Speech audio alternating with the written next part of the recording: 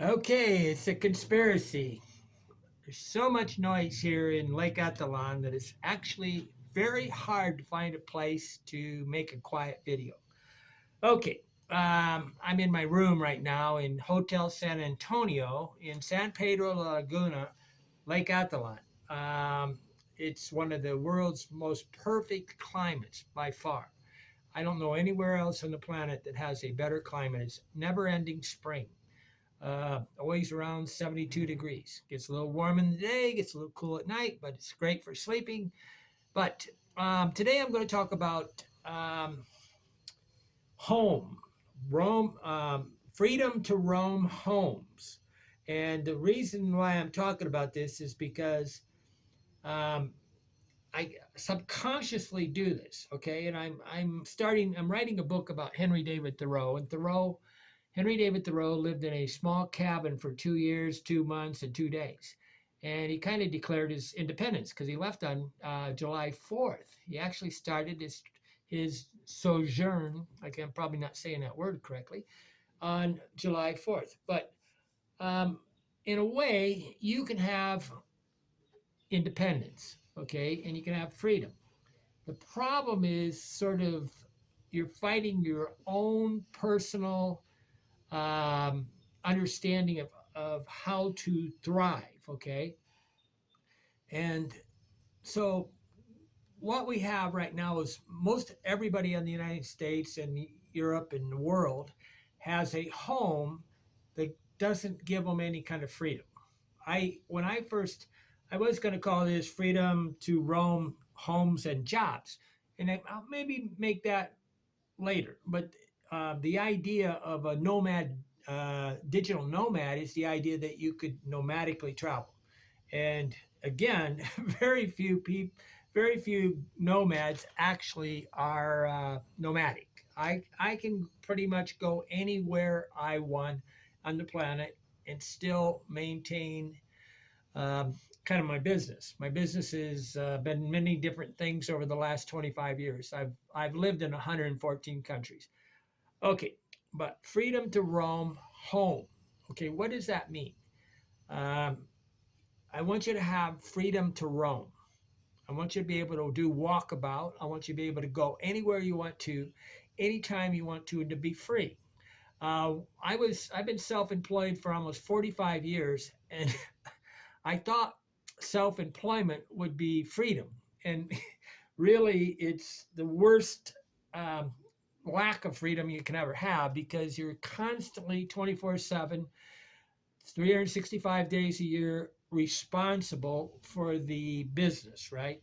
And you never truly get a vacation as an entrepreneur or a person that starts a business. Um, in a way, employment where they give you like Europe, they get like a month off, much more freedom. Okay, but freedom from worry, and that's what freedom is when you don't have to worry. Now I talk a lot about maintenance man, that when you buy a house, what you become is a maintenance person. You have a house, and generally the people like this job. But so freedom is when you don't have to worry about the maintenance of your home. Okay, um, and most people say, "Oh, I don't worry about my home at all," and they really need to identify what you're worried about. Okay, so the best way to do this, and I'm one of the things that I've recommended on a few different times, is how to prepare for world travel. Travel is simple. You just get in your car, drive 50 miles away, get a hotel room, and stay there for a couple of days. And suddenly you will be making a list of everything you need to take care of at home. Okay, so you can't really travel until you're free from the anchors of your house. Okay, and a lot of people really, and this is what is strange about travel, is a lot of the travel is anticipation, preparation, and even sublimation. You're really getting ready to travel, and people enjoy the work of preparation. So there's one gentleman who was saying, how do you prepare to go to Lake Atitlan? He says you do 100 hours worth of research. And I go, woof. I actually do almost no research for most places I'm going. I'm going to probably, today is something like February something, and I'm going to go to the Darien Gap, and I'm actually doing some research because I want to know the best way to do it. I'll probably go to Panama first, then I'll go to Medellin, Colombia, then I'll intersect I'll go to both ends of the Darien Gap and try to do reconnaissance to try to figure out what the actual situation is, because the media lies, and all these aid organizations, all they do is, it's a business, okay, and they lie. Their business is portraying everything as a catastrophe or terrorize people mentally. So I'm going to go there on a real leisurely trip and spend a couple weeks at the north end of the Darien Gap in Panama, and then a couple weeks in Medellin, and then I'll work my way into the Darien Gap, and I'll go up across. But freedom. How do you not worry about your home? So freedom from your home so you can roam. That's what I'm talking about today. What what do people worry about when they leave their home? They worry about, first of all, they're normally worried about where they're going, and they're afraid of where they're going. So that overshadows the actual worries that they have about their house. They actually like to worry about their house because they're manageable things. They understand what's going on. So the big deal, like anybody in the United States right now, it's February in the northern, part of the country, is freezing. So if you leave, um, you're going to double dip the expenses. Right there is the reason why most people don't travel. They're not really willing to pay for the heating of their house, the water, the electricity, the Netflix, the Amazon, Prime. They've got credit card payments. They may have up to 30 different specific things they have to do monthly.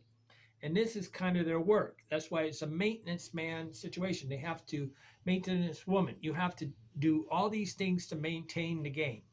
And you're in the game with your house. And your house, in my opinion, is winning. Okay.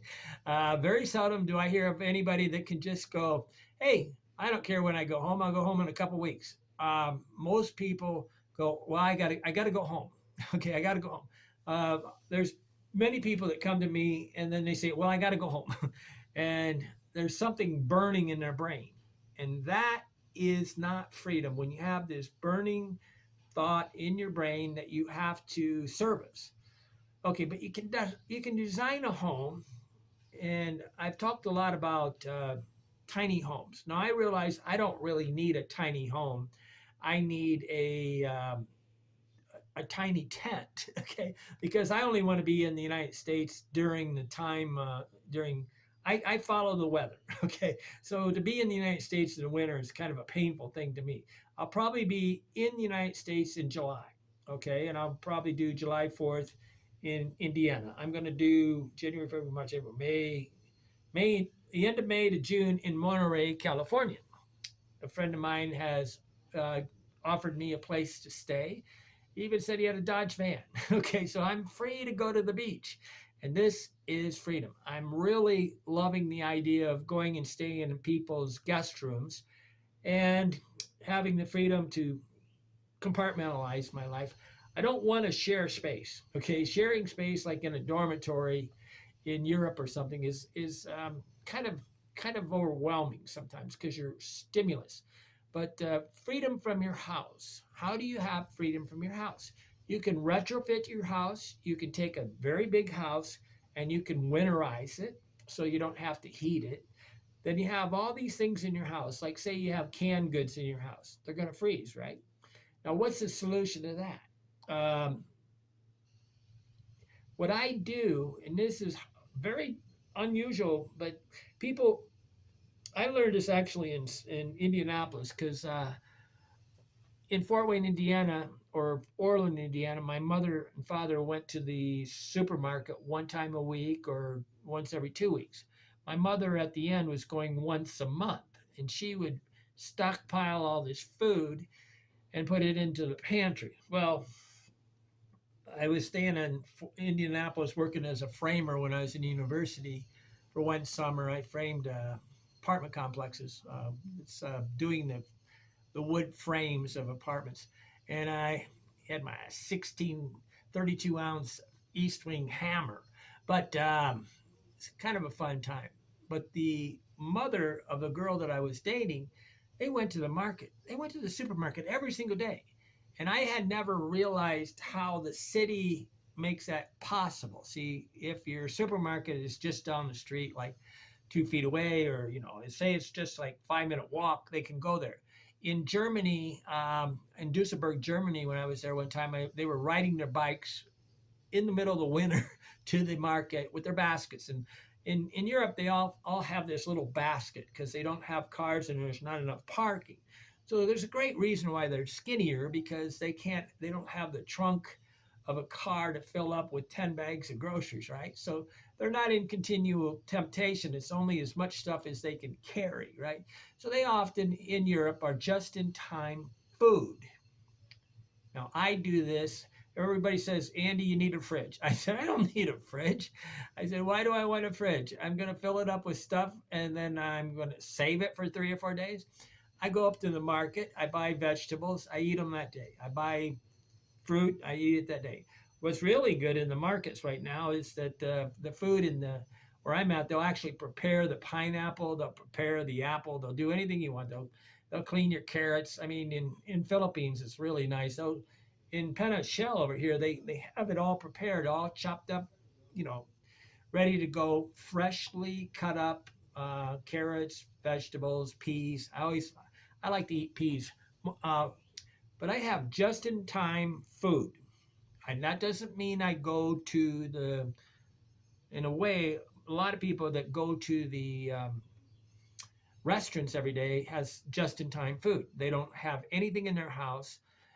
But on the other side is they couldn't just leave because their fridge is probably full of pop and beer and things like that.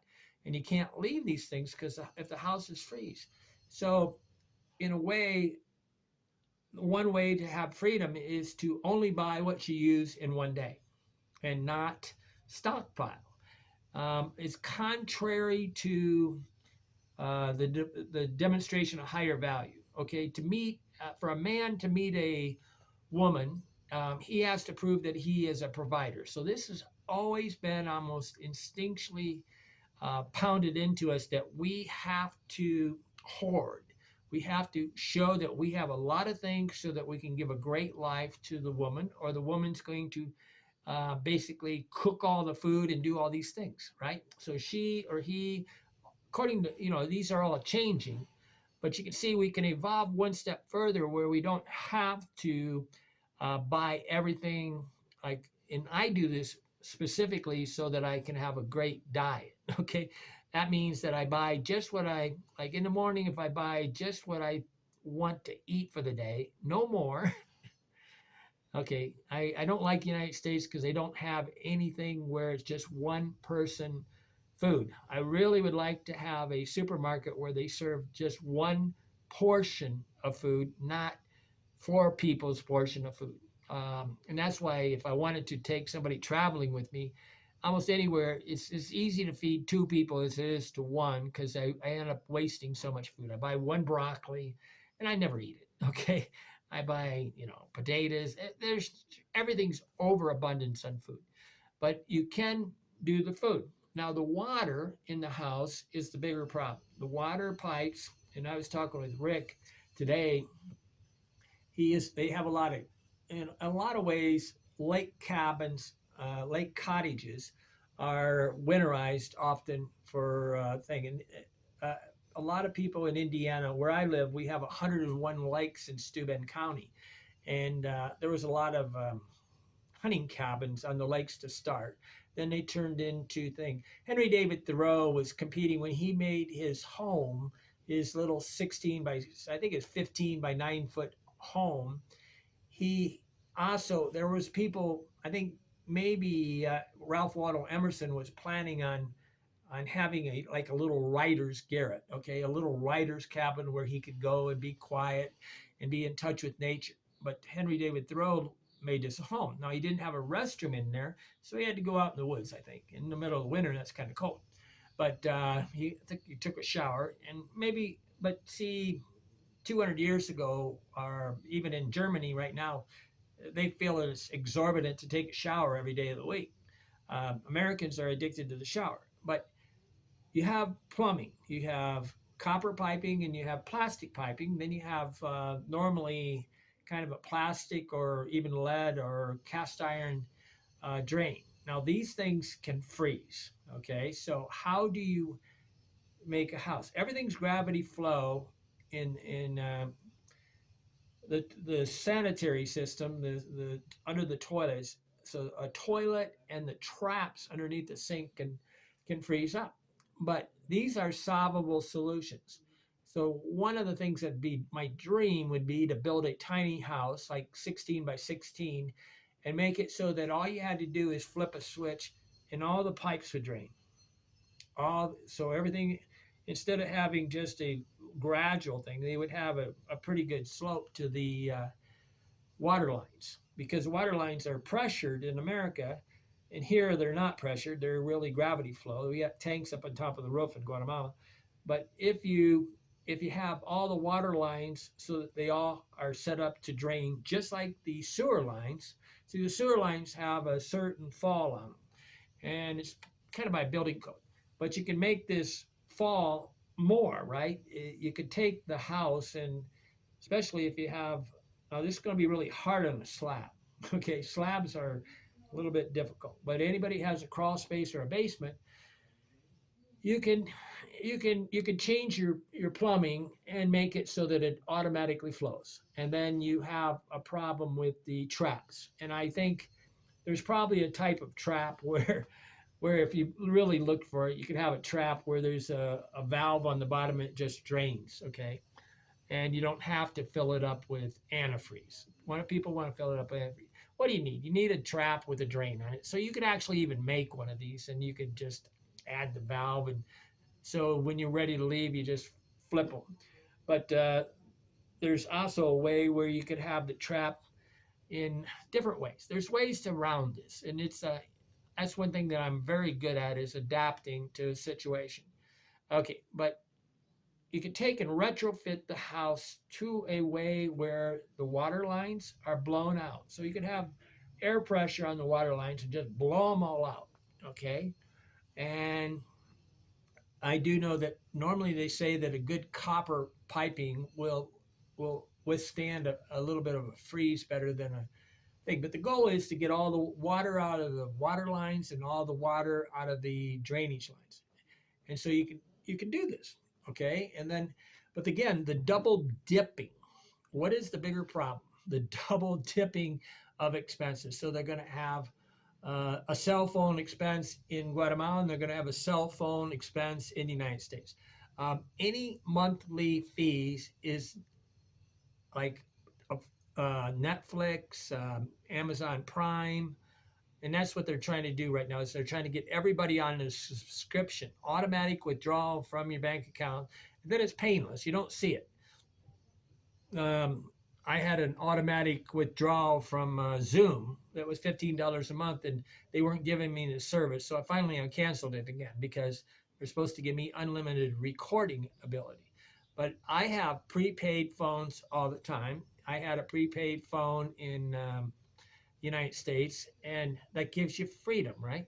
Now you want this phone number, so that's the link. So I have actually a Skype number that I pay yearly to have a Skype number, which anybody can call me anywhere on the planet. But you got to take every one of your bills and make it freedom to roam.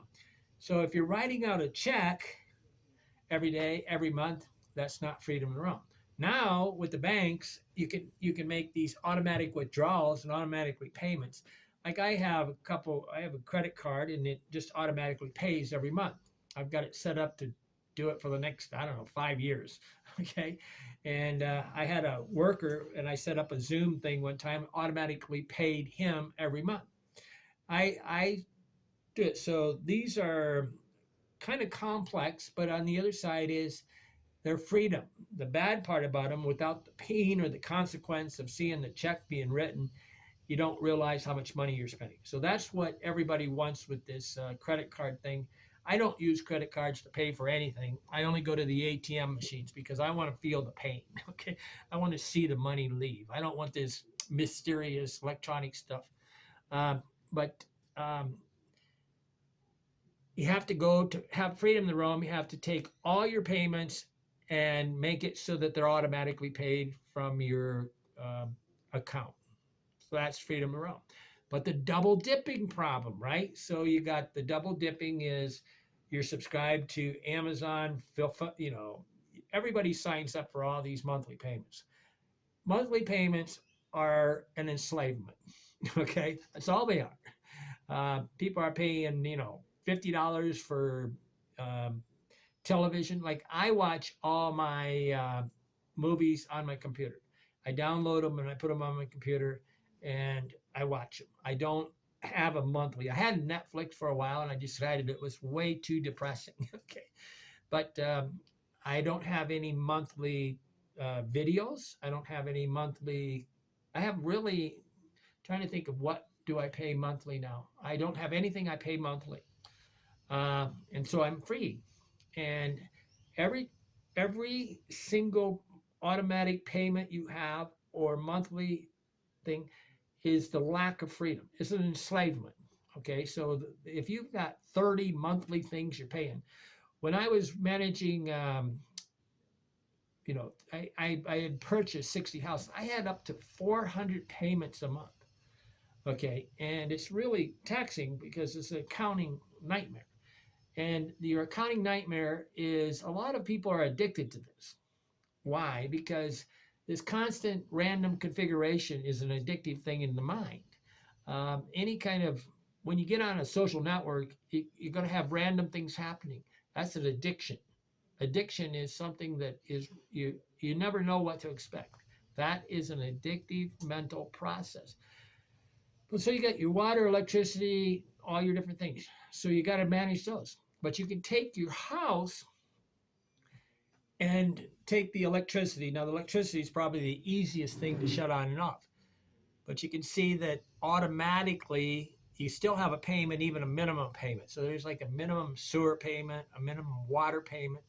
And a lot of people are always laughing at me because I could say you could have a tiny home out in the countryside, and you could have solar panels real easy for a tiny home in the countryside, and you could even make the you know, you could put like synthetic grass or gravel or something or bushes. There's ways to landscape it so you have nothing to mow. Okay, so the mowing's a problem too, right? So you can see it'd be real fun to do it on a tiny home, like say 20 by 20 or 16 by 16, and then you would have nothing in the house that could freeze. So that means you don't get to have canned goods. You don't get to have all these things. But why do you need it? If you're free and you're not actually enslaved by a job, a wage slave, you have all the time in the world. And really, to me, it's very enjoyable to go to the market every day because I get the feeling of being close to the community. I like to go to the market. I consider it my social life. I really enjoy it in Africa because it's much more sociable there than here. We're kind of a little bit of in any tourist destination, highly tourist, you become just a number. You're just a dollar sign. I'm not a dollar sign when I go to Togo or different countries, some countries. When I was Nicaragua, I was not a dollar sign. I was a unique, you know, sentient being, right? But just in time food. Nothing in the house that needs cannot withstand freezing. So that means you don't get to store extra orange juice. But why do you need all this extra food? Because all the extra food you have is guaranteed that if you are tempted to eat, you go eat. And the United States has a epidemic of type 2 diabetes because they eat too much sugar. Okay, and you don't need all this food. So if you start breaking down your life, but again, how do you learn what you're worried about in your house? You go visit a friend for 3 days. and then you go visit a friend for a week, then you go get a hotel for a month, okay? And eventually you will get rid of all the expenses. And you also realize that a lot of the entertainment that you feel that you absolutely needed are no longer needed. Okay, it's kind of humorous in a way because a lot of people really are addicted to the routine of their house. And travel is the fountain of youth. Why is it the fountain of youth? Because every day is a new challenge to adapt to the local situation.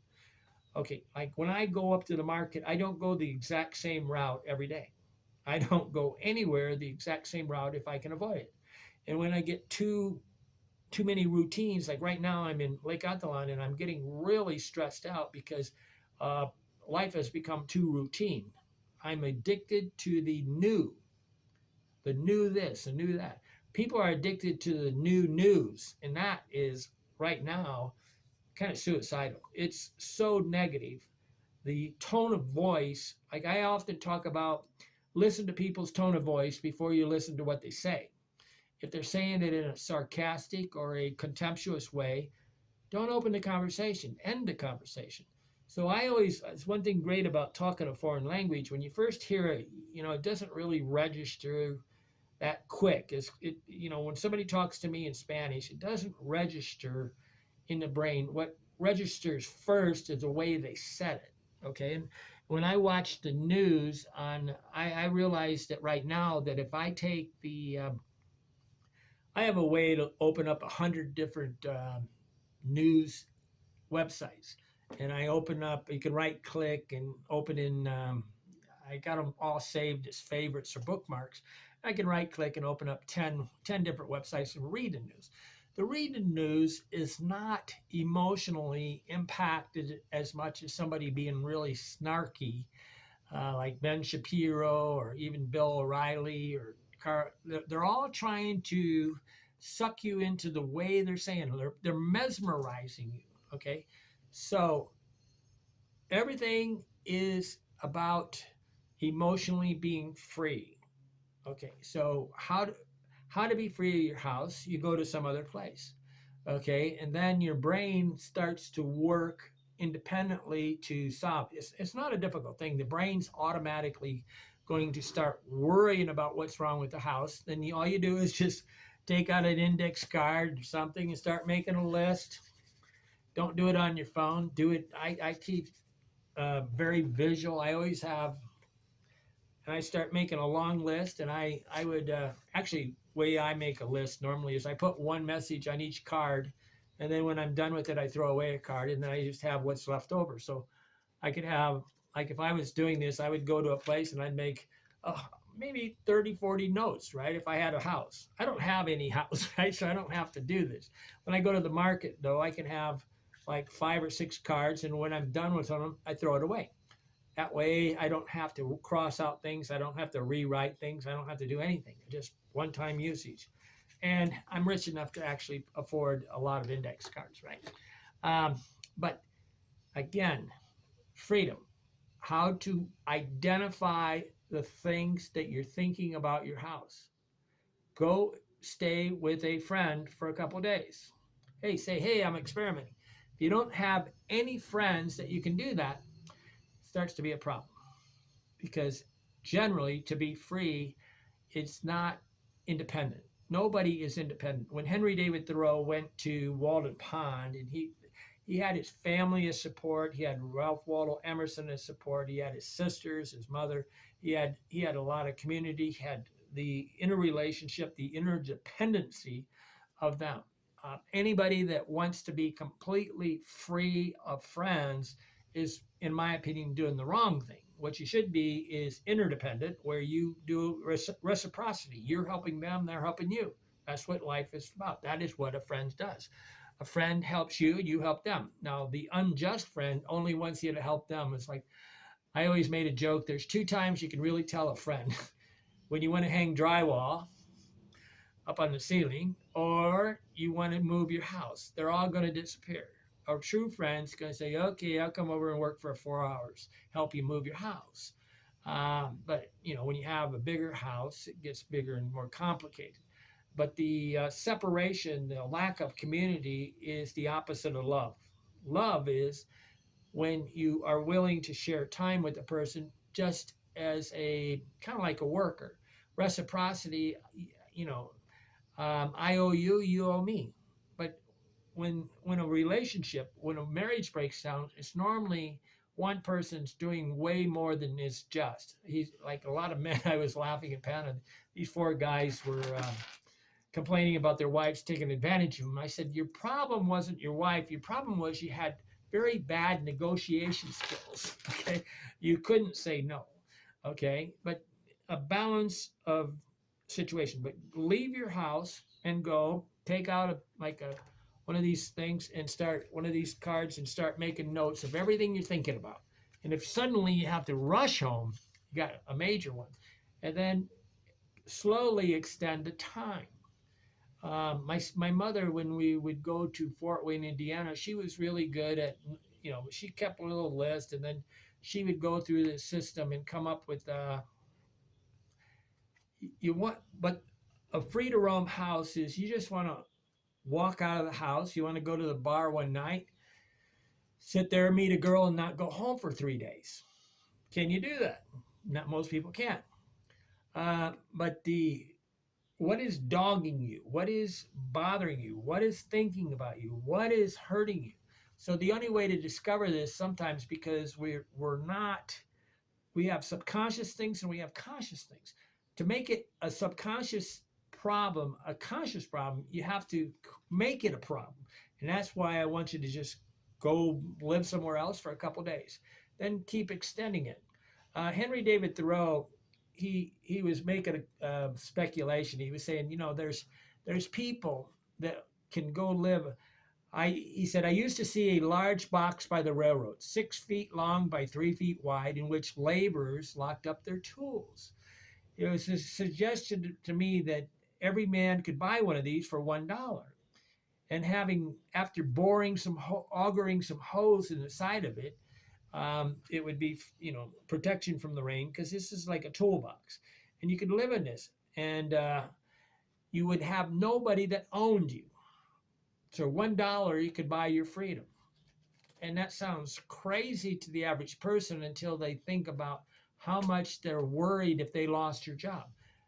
Probably 50% of the United States would be bankrupt if they lost their job and didn't have a job for 6 months. 50% of the United States would have to file bankruptcy because of the mortgage payments. The very wise person has, by the time they're getting to be 60, they have no mortgage payment. Okay. If you still have a mortgage payment at age 60, we hope you're self-employed and you're doing all sorts of different things, because the borrowing money is something valuable for a business to amplify the return on investment. But you could sit up in this box. He said you could sit up late as you pleased. And whenever you got up, go abroad without any landlord or house lord dogging you for rent. Is your mortgage payment dogging you? Is your credit card payment dogging you? You don't even know it, because everybody's doing it. You think it's normal. He talks in the book, Walden, about these Indians that lived in mobile homes, which were little teepees, and they had all this specific thing, and it was completely portable. That's freedom. And that's what I've had for 25 years. I've had complete freedom. But what do you need to maintain? What are you worried about? So you leave, and you can do it very simply. You can, when you're at work, what are you thinking about at home? When you're at home, what are you thinking at work? So you're enslaved by work because the boss makes you think about. I always had this friend that called him duct tape.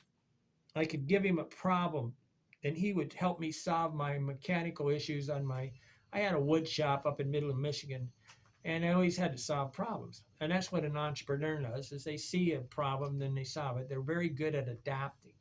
And but to get you to think about work when you're at home is what the boss really likes to do, because he doesn't have to pay you while you're at home, right?